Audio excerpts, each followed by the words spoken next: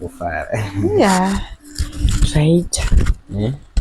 Ndizokudza next time kana ndakuya nditi kana murume wangu asiko ndobva ndauya netunhu rwekuti uenjoy handiti ka. Yeah, argendi chikutaisiya. Chekubiridzira izvi. Zvinonakidza. Yeah, chita hakuna vanhu vari kunze kwezvo ndione kubuda njendi. Makuda kumanya murume nyasa tadzoka.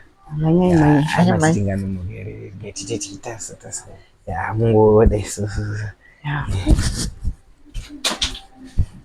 Iro rudo rwekubiridzira runonakidza so. Irombe zvaro but anogona kukwesha. Ewa, hakuna vanhu.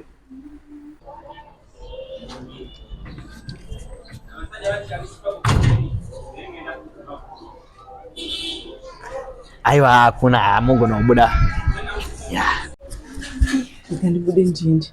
Handichakuhagi, handichakukisa. Zvese mari yakupasa perspective handiti. Mufamba po. Right.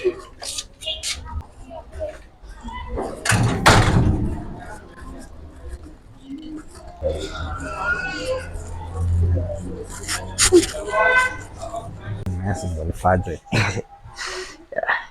At least you're going to see 1,000 and to Musaronja Ifara. Do it as Rakuro, Tambura man. Uta mkazi wa munhu uti murumosha amfadze uita Marie uita minister uita musina fadze mkazi wako.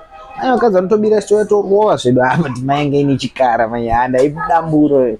Kono chidambura munhu kusvika pakupa mari. Anenge arowa.